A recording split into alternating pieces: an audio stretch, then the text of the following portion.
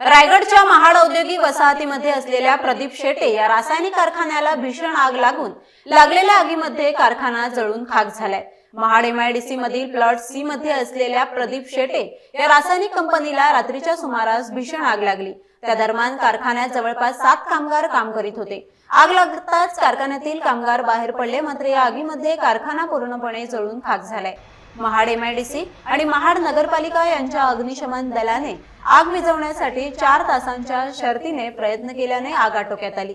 प्रदीप शेटे या कारखान्यात जनावरांचे औषध बनवण्यासाठी लागणारे घटक बनवले जातात।